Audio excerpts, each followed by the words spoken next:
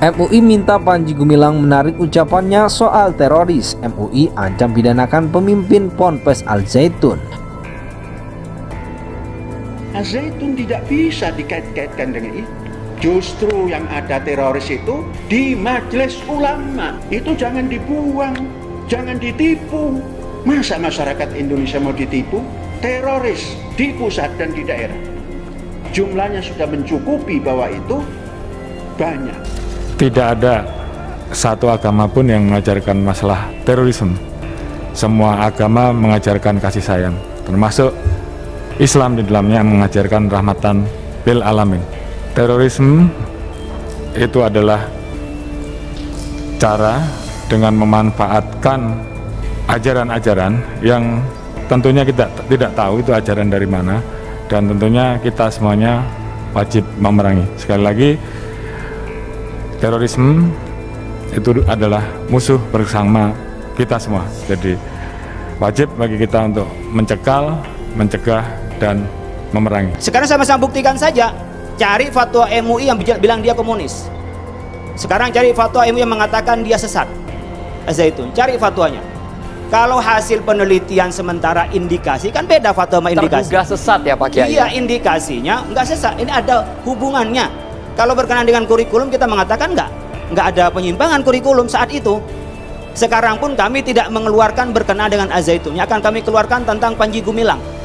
Yang akan kami keluarkan. Yang udah jelas-jelas. Jadi kita menyampaikan hukum sesuai dengan tasawurul masalah. Secara personal berarti? Secara personal. Kalau mau buktikan, makanya kita bilang kalau mau bukti datang ke MUI. Kalau sekarang kami datangin ke Al-Zaitun dia nggak mau nerima, datang ke MUI kita terima. Konfrontasi saling bukti yang dituliskan di sana ya Pak Kiai ya? Benar. Jadi kalau mau berani-beranian datang ke MUI. Sekarang kita udah datang ke Al-Zaitun, dia nggak mau nerima. Kita dibilang bohong. Sekarang datang ke MUI. Kapan saja kami terima. Peristiwa NII Al-Zaitun ini adalah tragedi kemanusiaan yang menyangkut anak-anak bangsa yang dirusak, yang dicuci otaknya, yang diradikalisme. Di mana Densus 88? Di mana BNPT? Dari Densus 88 bahwa Al-Zaitun dapat menjadi embrio daripada kelompok teror, meskipun pada pelaksanaannya Al-Zaitun mempunyai pola yang berbeda, tidak melakukan aksi perlawanan, tapi dia melakukan aksi menguasai wilayah. Namun yang dilakukan oleh Panji Gumilang adalah menyuburkan perekrutan calon-calon teroris dengan meletakkan dasar-dasar militansi kebencian kepada NKRI. Apakah dia terkait dengan NII? Apakah ia terkait dengan penghimpunan dana untuk keperluan-keperluan yang mengarah kepada kriminal seperti teroris dan lain-lain? Apakah benar di pesantren Al-Zaitun atau person Pak Panji Gumilang dan para pemimpinnya melakukan hal-hal yang melanggar norma susila?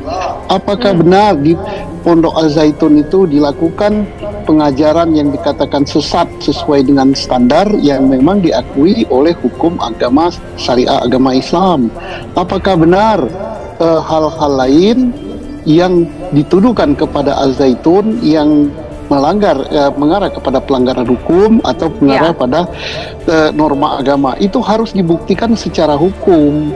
Nah, secara hukum Pak Panji Gumilang dan pengasuh Al-Zaitun harus kooperatif, dan juga penyidik atau aparat penegak hukum harus membuat bukti yang jelas sesuai standar hukum yang berlaku, dan harus segera diambil kesimpulan, dinyatakan kalau iya yang mana yang dilanggar, kalau tidak ya tidak, supaya tidak gaduh dan tidak ini mengarah kepada apakah ini persaingan politik, apakah ini mengarah kepada persaingan lembaga pendidikan dan lain-lain. Jadi itu sangat baik dan kita sambut, dan alat bukti yang bisa digunakan banyak. Tadi kan sudah ada 256 rekening. Dari situ bisa ditelusuri follow up kemana alirannya dan dari mana asalnya dan terkait untuk apa. Itu gampang sekali gitu. Majelis Ulama Indonesia melalui Wasekjen Kiai Haji Arif Farudin meminta pemimpin Pondok Pesantren Al-Zaitun Panji Gumilang untuk menarik ucapannya sesuatu televisi swasta. Saat itu Panji Gumilang menstigma MUI sebagai lembaga teroris karena ada oknum pengurusnya pernah ditangkap akibat kasus terorisme. Tudingan Panji Gumilang tersebut, kata Arif, tidak berdasar dan masuk kategori pencemaran nama baik MUI karena tidak sesuai dengan fakta hukum, di mana peristiwa penangkapan oknum pengurus MUI dalam kasus terorisme itu murni urusan oknum pribadi, tidak ada hubungannya dengan institusi MUI. Kita doakan agar Panji Gumilang menyadari kesalahannya tersebut dan meminta maaf kepada MUI. Jika itu tidak dilakukan, MUI dapat melaporkannya ke aparat penegak hukum sebagai pelajaran penegakan hukum, kata Arif dalam keterangan yang dikutip Sabtu 1 Juli 2023. Arif menjelaskan ada keprihatinan mendalam dengan adanya disharmoni antara sesama elemen Islam ini, terlebih kepada Panji Gumilang yang enggan beriktikat baik untuk berdialog dan klarifikasi dengan MUI. Sudah menjadi tanggung jawab MUI untuk merespon dan memberikan bimbingan kepada umat dan masyarakat terkait masalah keagamaan. Sebagaimana Al-Imam Al-Syafi'i menyebutkan bahwa ulama adalah mereka yang mendalami dan memiliki otoritas masalah keagamaan dan senantiasa merasakan kegundahan umatnya.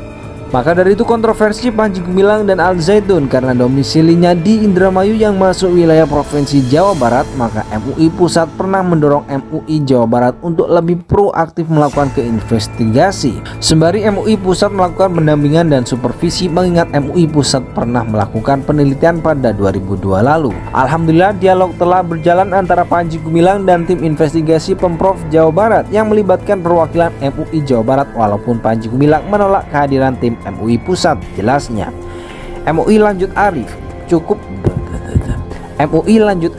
cukup bersabar dan tetap mengedepankan proses bimbingan, dialog dan tabayun semaksimal mungkin agar Panji Gumilang mau kooperatif terkait penjelasan sepak terjangnya yang provokatif dengan sebaran konten-konten keislamannya yang kontroversial di media sosial.